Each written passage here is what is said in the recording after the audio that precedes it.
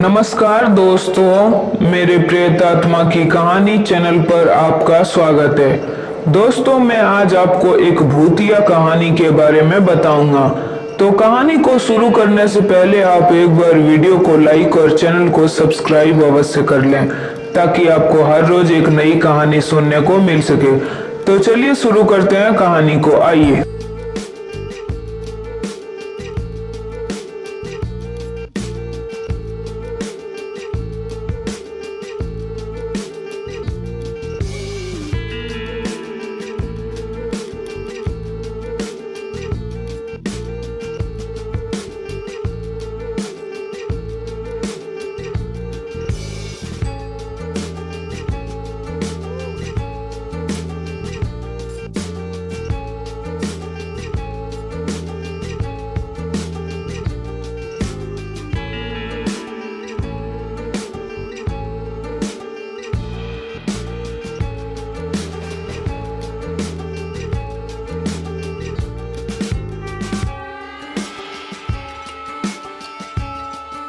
नितिन, क्या मस्त जगह है। कभी यहाँ पर राजा महाराजा लोग रहते होंगे। सैकड़ों सैनिक यहाँ पर खड़े रहते होंगे जहाँ पर हम लोग बैठे हैं।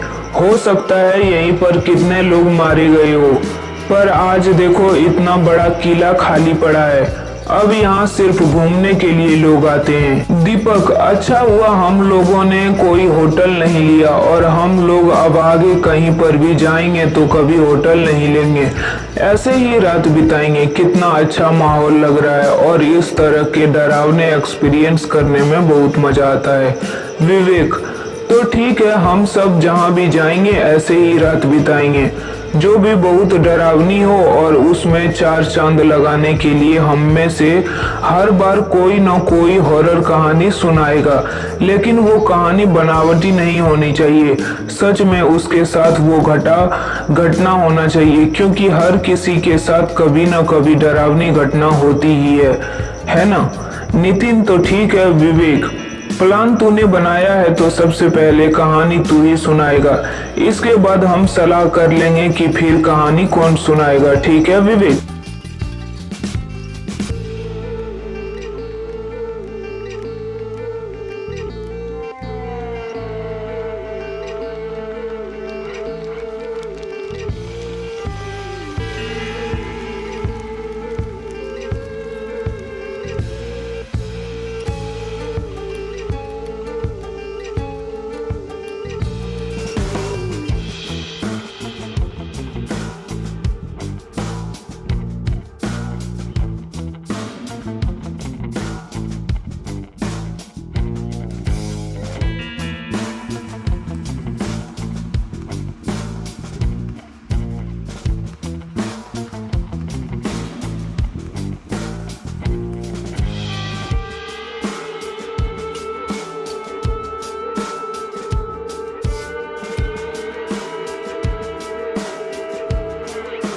कि तभी एक बूढ़ा इंसान सामने आ जाता है। मैंने ब्रेक लगाई, स्कूटी रोकी। बाबा का चेहरा बहुत ही भयानक लग रहा था। मैंने तेज आवाज में बाबा को बोला, अरे बाबा, पूरी सड़क खाली पड़ी है, मेरी गाड़ी के सामने ही आना था आपको, अभी आपको चोट लग जाती तो। नितिन, फिर बाबा कुछ बोले या नहीं? विवेक, वो बोले, पर उनका जवाब मुझे समझ नहीं आया। बाबा, चोट तो बहुत पहले ही लग चुकी है बेटा। विवेक, ऐसे चलोगे तो चोट लगेगी ही ना बाबा। बाबा, हाँ, लेकिन मुझे अब कभी चोट नहीं लग सकती बेटा, चाहे मुझ पर कोई गाड़ी ही क्यों ना चढ़ा जाए। विवेक, मैं बाबा की बात सुनकर थोड़ा हैरान हुआ। आकाश, हैरान तो हम लोग भी हैं। विवेक, आगे सुनो। मैंने बाबा से कहा, ये क्या कर रहे हो आप? इतने में बारिश होने लगी, आसमान में बिजली कड़कने लगी। मैंने सोचा ये अचानक बारिश कैसे होने लगी, अभी तो आसमान बिल्कुल साफ था। फिर बाबा ने कुछ ऐसा बोला जिस पर यकीन करो या ना करो समझ नहीं आ रहा था। बाबा, आसमान तो अभी भी बिल्कुल साफ है बेटा, वो ऊपर देखो। विवेक, मैंने अपना चेहरा ऊपर उठाकर देखा तो आसमान बिल्कुल साफ था, चांद तारे साफ साफ दिखाई दे रहे थे। यह सब देखकर मैं हैरत रह गया। तभी मैंने बाबा से कहा, बाबा ये सब कैसे हो रहा है? मुझे कुछ समझ नहीं आ रहा है। बाबा चलो, वो सामने मेरी कुटिया है, मैं तुम्हें सब बताता हूँ। विवेक, नहीं बाबा, मेरा दोस्त इसी रास्ते से दिन में कहीं गया था, अभी तक वापस नहीं लौटा है, मुझे उसे ढूंढना है। बाबा, मुझे पता है तुम्हारा दोस्त कहाँ है, आओ मेरे साथ। विवेक, बाबा की ये बात सुनकर मैं फिर से हैरान रह गया। मुझे कुछ समझ नहीं आ रहा था कि ये बाबा जी तो अनजान है, उन्हें दीपक के बारे में कैसे पता। खैर, मैं बाबा के पीछे पीछे उनकी कुटिया तक पहुंच गया। बाबा आओ बैठो। विवेक, बाबा अंदर से लालटेन लेकर आए और उसे जलाया। मैं कुटिया के बाहर ही बैठ गया। बाबा भी ठीक मेरे सामने बैठ गए और मैंने उनसे कहा, बाबा अब जल्दी बताओ ये सब क्या है, कहाँ है मेरा भाई। बाबा, आज से 3 दिन पहले इसी रोड पर एक बहुत ही भयानक एक्सीडेंट हुआ था।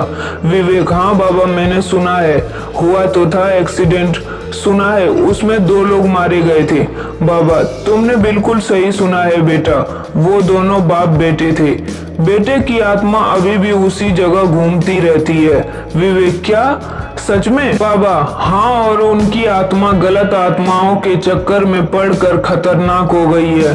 अब वो उस रास्ते से निकलने वाले की जान ले लेता है। विवेक, बाबा की ये बात सुनकर मैं डर गया और मैं कहा, इसका मतलब मेरा भाई भी? बाबा, नहीं, अभी नहीं, अभी तुम्हारा भाई उसकी कैद में है, मारा नहीं है उनको। आकाश, पर उस आत्मा ने दीपक को अभी तक मारा नहीं था, ये बात बाबा को कैसे पता थी? विवेक, यही सवाल मैंने बाबा से पूछा। बाबा, ये सब आपको कैसे पता है? मुझे समझ नहीं आ रहा है बाबा। बाबा, सब समझ आ जाएगा, थोड़ा सब्र रखो बेटा और पूरी बात सुनो। ये जो बारिश हो रही थी, ये कोई आम बारिश नहीं है, उसी आत्मा ने कराई है। विवेक, क्या? बाबा, मेरा दोस्त दीपक बहुत डरपोक है, वो तो डर के ही मर जाएगा। प्लीज कुछ कीजिए, जब आप इतना कुछ जानते हैं तो मेरे भाई को बचा भी सकते हैं ना? बाबा, हाँ बचा सकता हूँ, लेकिन उसके लिए तुम्हें उसी जगह पर जाना होगा जहाँ एक्सीडेंट हुआ था। विवेक, आप नहीं चलेंगे मेरे साथ बाबा? बाबा, मेरा यहाँ रहना जरूरी है, तुम जाओ, तुम्हारा दोस्त बच जाएगा, अगर जरूरत पड़ी तो मैं तुम्हारे पास तुरंत आ जाऊंगा। विवेक, ठीक है बाबा, चलता हूँ, मेरे भाई को बचा लेना। बाबा, फिक्र मत करो। विवेक, मैं वहां से उठा, अपनी स्कूटी स्टार्ट की और चला गया। जैसे वहां पर मैं पहुंचा, अचानक बारिश तेज हो गई, हवाएं तेज हो गई, भयानक आत्माएं दीपक को घेरे उसे डरा रही थी। वो नजारा बेहद खौफनाक था। दीपक धीरे धीरे दबी आवाज में रो रहा था। मैंने अपनी डर को कंट्रोल किया, तुरंत अपनी स्कूटी से उतरा और आगे बढ़ गया। मैं दीपक को आवाज लगाया, दीपक, दीपक, तुम्हें कुछ नहीं होगा। दीपक ने जैसे ही मुझे देखा, उसके चेहरे पर थोड़ी राहत दिखी। दीपक, विवेक, बचा ले मुझे, आत्मा मुझे मार डालेगी। विवेक, आत्मा हंसकर कहने लगी, आजा तू भी, आजा, तुझे भी निपटा देता हूँ, और भयानक तरीके से हंसने लगी। तभी अचानक बारिश रुक गई, आसमान में बिजली चमकी जिससे कि तेज रोशनी पैदा हुई, और तभी मैंने देखा कि वहां पर बाबा आ गए थे। आत्मा ने बाबा से कहा, तुम यहाँ से चले जाओ पापा, ये दोनों मेरे शिकार हैं। बाबा, इन दोनों को तुम कुछ नहीं करोगे, ये मैंने करने नहीं दूंगा। विवेक, तभी कुछ ऐसा हुआ कि जिस पर मुझे यकीन ही नहीं हुआ। नितिन, ऐसा क्या हुआ विवेक? विवेक, बाबा की आंखों से चिंगारी निकली जिससे वो आत्मा जलकर खत्म हो गई। वो आत्मा बाबा से जोर जोर से चीख कर कह रही थी, पापा ये तुमने क्या कर दिया? मैं ये सोच रहा था कि बाबा को ये आत्मा पापा क्यों बोल रहा है। मैं इस बात से बहुत हैरान हुआ। मैं बहुत हैरानी से बाबा को देख रहा था। बाबा, हैरान मत हो, 2 दिन पहले जो एक्सीडेंट हुआ था, मैं और मेरा बेटा ही मरे थे इस एक्सीडेंट में। विवेक, इतना बोलकर बाबा धुआं बनकर आसमान में उड़ गए। तभी दीपक भागकर मेरे पास आया। दीपक, अच्छा हुआ जो तू आ गया। विवेक, तुझे कुछ नहीं होगा। फिर मैं दीपक को स्कूटी पर बैठाकर वहां से चला गया। आकाश, वाह यार दीपक। नितिन, वैसे विवेक, जब तू स्कूटी से बाबा से टकराया था ना और उन्होंने कहा था कि अब मुझे चोट नहीं लग सकती, चाहे कोई गाड़ी ही मुझ पर क्यों ना चढ़ा जाए, तभी मुझे हल्का हल्का शक हो गया था बाबा के ऊपर। तभी अचानक किसी के कदमों की आवाज आने लगती है। चारों दोस्त बिल्कुल चुप हो जाते हैं। नितिन, लगता है कोई सिक्योरिटी गार्ड आ रहा है। जैसे ही कदमों की आवाज उनके पास आकर रुकी, विवेक और दीपक बिल्कुल हैरान हो गए। विवेक, बाबा बाबा आप यहाँ? आकाश, नितिन, उन्हें बाबा की आत्मा है। नितिन, अबे भागो यहाँ से। नितिन और आकाश डर के वहां से भाग गए। भागते भागते वो दोनों फोर्ट में भरा गए और एक पेड़ के नीचे बैठ गए। नितिन, भाई क्या सच में भूत था या कोई और? मैंने तो ठीक से देखा भी नहीं, एकदम वहां से भाग आया। आकाश, हाँ नितिन, मैंने भी कुछ देखा नहीं, पर मुझे भी बहुत डर लग रहा है। मैं उस फोर्ट के अंदर फिर से नहीं जाने वाला भाई। तभी विवेक और दीपक धीरे धीरे चलकर उस फोर्ट से बाहर आते हैं। दीपक, क्या हुआ, फट गई ना? विवेक, अरे भाई तुम्हारा चेहरा तो देखो, सारा रंग उतरा है। शायद कुछ देर और रुकते तो तुम्हारा पतलून भी गीली हो जाती। विवेक और दीपक दोनों हंसते हुए एक दूसरे को ताली देते हैं।